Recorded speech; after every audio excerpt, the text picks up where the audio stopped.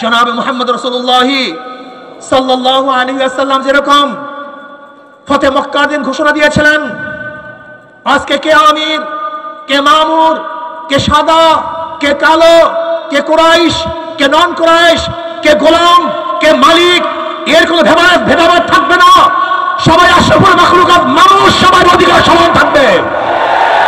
কে দল করে, কে দল করে না, কি আমার দল করে, কে অন্য দল করে, কে কালো আর কে সুন্দর, কে বড়লোক, কে গরিব, কে শিক্ষিত, কে মূর্খ, না, এরকম ভেদাভেদ আমরা চাই না।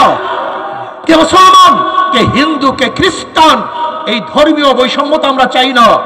এদেশের প্রত্যেকটা নাগরিকের অধিকার সমান থাকবে। আমরা সবাই বাংলাদেশী, আমরা সবাই বাংলাদেশের নাগরিক। আর সাম্যতা এবং জুলুম নির্যাতনের ব্যাপারে একমাত্র গ্রান্তি দিতে পারে ইসলাম। ইসলামের বাহিরে কোনো নীতি আদর্শ সাম্যতা স্থাপন করতে পারে না, মানুষের অধিকারকে ফিরিয়ে দিতে পারে না।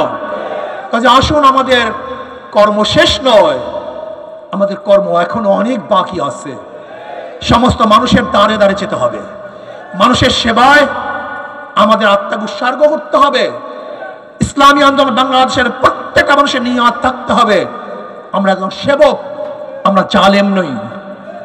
আমরা জালেমদের বিচার চাই, অবৈধ খুনের বিচার চাই, কিন্তু নিরাপদ লোক যেন কোনো অবস্থাতেই জুলুমের শিকার না হয়, সেইভাবেও আমাদের খেয়াল রাখতে হবে। অন্তর্বর্তীকালীন সরকারকে আমরা ধন্যবাদ জ্ঞাপন করতেছি। মানুষ যেই আশা, যেই বুক ভরা আশা নিয়ে রক্ত দিয়েছে, জীবন দিয়েছে, আপনারা সেই আশা এবং আকাঙ্ক্ষা বাস্তবায়ন করবেন, সেই দিকেই তাকিয়ে থাকবো। এবং আমি ছাত্র সমাজকে বলবো, অচিরেই আমাদেরকে আবার পড়ার টেবিলে ফিরে যেতে হবে, আমাদেরকে বড় বড় শিক্ষিত হতে হবে, আমাদের নিজেদেরকে গড়তে হবে। আমরা শুধু বাংলাদেশের নেতৃত্ব দেবো না, গোটা দুনিয়ার নেতৃত্ব এই বাংলাদেশের জনগণ দেবে ইনশাআল্লাহ।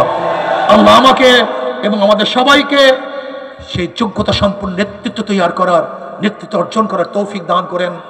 দেশকে শান্তি রাখেন, আগামী ইসলাম হুকুমত কায়েম হবে, সে আশা প্রত্যাশা নিয়ে অপেক্ষায় আছি।